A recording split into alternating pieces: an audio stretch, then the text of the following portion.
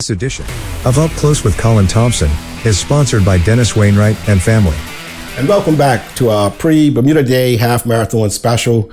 Joining me now is reigning women's champion, Rosanna Hoey. Hoey, welcome to the show. Thank you very much. The race is on. There were a lot of doubts, a lot of speculation, but it's on. Yes. You must be excited. I am. I'm really excited. My training has been quite stop-start over the last, since last May. So it's really nice to be able to kind of get your eyes on the prize, focus on something, to build towards something. My training has been a little bit hectic. I kind of worked really hard and then pulled back a bit and then started working really hard again. So hopefully it'll all pay off in the end. And how do you feel, condition wise and mentally and everything else going into it? I'm in pretty good shape physically. Life is busy, I suppose. So, before I'm a runner, I'm a wife, I'm a mother, I'm an occupational therapist. I have a lot to do in my day. So I squeeze my running in as best I can. And I try to keep it in perspective that way. But I like to work hard and I like to run hard. Now, obviously, the race is going to be a little different this year. Yes. Scale back, a smaller field, and also some other restrictions that are going to be applied on the day. How do you feel about making that that adjustment? I don't think it will be hugely different for us. I'd imagine, I suppose, I'll be lined up close enough to the front. I'm not sure if they'll separate the men and the women like they do in some other races. I'm not sure. I suppose I'd just like to know who my competition are. So if they're, whoever the top women are, I'd like to be beside them at the start line so I know who to keep an eye on. And obviously you're going for you're the reigning champion, you're the defending champion. And this you're going for your third title. Yeah, it would be. It's a certain ring too, doesn't it? It does. I can't say that I don't want to win it. Like, I'd really love to win it. But there are other really strong women out there. Ashley, no matter what she says, she's a phenomenal athlete. Her best is 1:18. She doesn't have to be at her best to beat us. She just has to be somewhere kind of all right near it. And I would never doubt her. There are other really strong women out there. There's Christine Daly. She's had her baby, but, she's had some time to build up again. A lot of women run their best races 6 to 8 months after their kids are born. Cara Goucher ran her best marathon in Boston when her son was 8 months old. So I certainly wouldn't count her out. And then you have Gail Lindsay, and the other thing is, it's hard to know where people are at because there's been no races. So I don't know if somebody's capable of running a 37-minute 10K right now and then see how that translates to a half marathon because there hasn't been any races. So it's all a bit of a mystery. So we'll have to wait and see, won't we? Of course, Ashley begs to differ. Yeah, she does. She says it's your race. I don't know. I'm 39 years old. I feel like there should be some other younger women coming up the ranks. So we'll have to see. And what are your thoughts on the course this year? I always find May 24th hard. There's no easy course on May 24th. I think that probably elevation-wise, the course from the west is a little bit more difficult, just a tiny bit. But I feel like from the east, there's these long, dragging hills. Like Blue Hole Hill, okay, you've got a lovely start from the east. It's fantastic. We all love that. If it stayed like that, it would be wonderful. But it doesn't. You go up Blue Hole, it's a long hill. You go down a little bit, and then you go Crawl. Crawl feels like it's 3 hills. It kind of breaks it, and there's some false flats in between. So that can really sting your legs a little bit. And then you come down, there's little rolling bits then before Shelley Bay. And then you come flats to that middle road segment all the way up to ZBM is just, it's really, really steep and it's quite tough. And it hits you at a spot in the race where you're kind of running on low. So you have to be sure to save something for that. From an athlete's perspective, is it sort of an honor, if you will, to take part in such an iconic race? It's a huge part of our culture here, this race. Oh, it's fantastic, and every time I finish this race, no matter how I do, I always feel a bit emotional. And I'm not really particularly an emotional person, but there's something about crossing the finish line in May 24th. There's always that, you're exhausted, of course, so you're feeling a bit emotional anyway. But there's something about this race has a real history. Is it the 112th year this year, 111th? It's supposed to be 112. I can't remember. It's definitely over 110 anyway.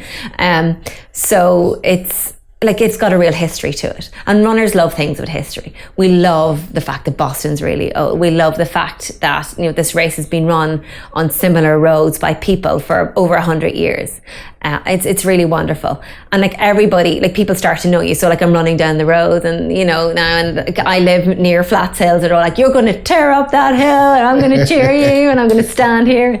Some people say, "Oh, I'm going to be here with ice for you and sponges," and I don't even know who they are, but they're just cheering me on. So it's really nice to have that sense of community spirit. And I suppose like the one thing about this race is I think originally I was kind of like not concerned, but I was kind of, I suppose concerned that it might be confined to just sort of the top women and the top men. If we were limited in numbers, I thought there might have been some form of spectacle event where they have sort of the most likely lady candidate winners and the male candidate winners. But I'm really glad it's not that. I'm really glad it includes everybody, because you know what, running out in that heat for 2.5 hours is a lot harder than running out in it for an hour and a half. And like distance running is quite a simple sport, but it's a great equalizer. Just because you run a bit slower doesn't mean you don't cross the same start line and cross the same finish line. It's a great equalizer. We all cover the same distance, and there's a real sense of achievement in that. And also, you know, you're a 2 times winner. Yeah. You know, any one of those wins or feats stand out? To be honest, people always ask me this question. I always say the best May 24th I ever ran was when my son Matthew was 12 weeks old, and I ran a 1:31 and I came third. And I just still think that's my greatest achievement on May 24th, was to, you know, have such a young baby, and I was still feeding him and stuff. So feed him before the race, go run it, and then still come third. Like it was one of those things I was in disbelief for the whole day, and it's still probably one of my proudest achievements on that day. And you just mentioned earlier about how women have that edge. Yeah, exactly. So, you know, you just got to get it done. You got to get home as quickly as you can. So maybe that could be a new strategy going forward. Exactly, I just got to go home. Pregnant. You want to be there you go. So you know, obviously going in again, defending champion. Yes. How does that weigh you on an athlete, you know, mentally? You know, you do get a bit nervous. I sort of like coming in as a little bit of an underdog, or somebody that people don't really expect much of. But it's kind of hard in Bermuda. We're a small community, so people kind of tend to know who you are. You know, in some ways, I was kind of thinking about this the other day when I was out running, as I often do. And I was thinking that, you know, I've won it from the east and I've won it from the west. So I feel a huge sense of achievement in that. You know, like not, you know, since 2 races started, I've run it from the east and the west. Ashley has won it. Dion has won it from the east and the west. So it's sort of like that box is ticked. To get a third one would be fantastic. And I'll do my best to try and get it. But, you know, you try to put things in perspective, you know. I train quite a lot. I had a bit of an incident probably in 2019. I did a 50-mile race, and about 10 miles into it, I fell and I cracked a rib.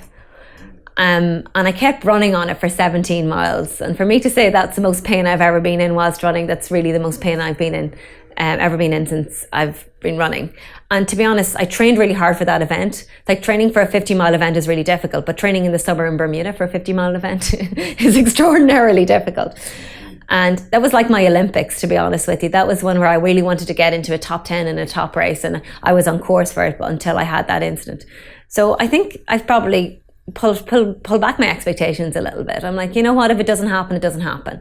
But I got to get out there and put my best foot forward and try my best. It's not that I don't want to win. I do want to win. But, you know, having something like that happen to you, it really helps to put things into perspective.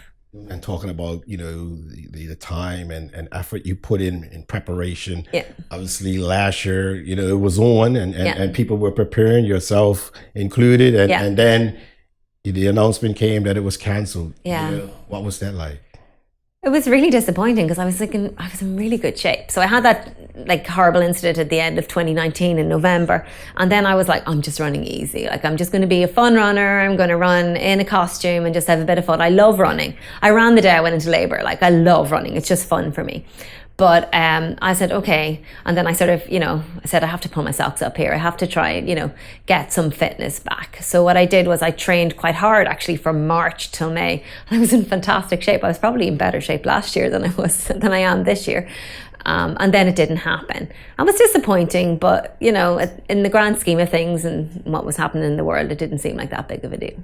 And you know, going back to, you know, this year's event, what it's going to look like, yeah. You know, obviously you're not going to have the large crowds, traditionally you see on the roadside. And I know that's such a big part of it, isn't it? Oh, it's such a buzz. I'm hoping that people will still be out, in their smaller groups and as safely spaced as they can be and following guidance.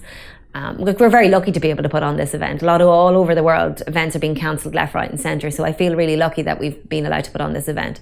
So if people can gather in their family bubbles near their homes and things like that, it would be wonderful. And the runners would absolutely love it. It would really just, keep us going and cheer us on. Well, Rosanna, I want to thank you for joining us. No, thank you. Especially on such short notice. No, thank you. And I wish you all the best. Thank you very much. In the upcoming race. Thank you. And beyond. Yes.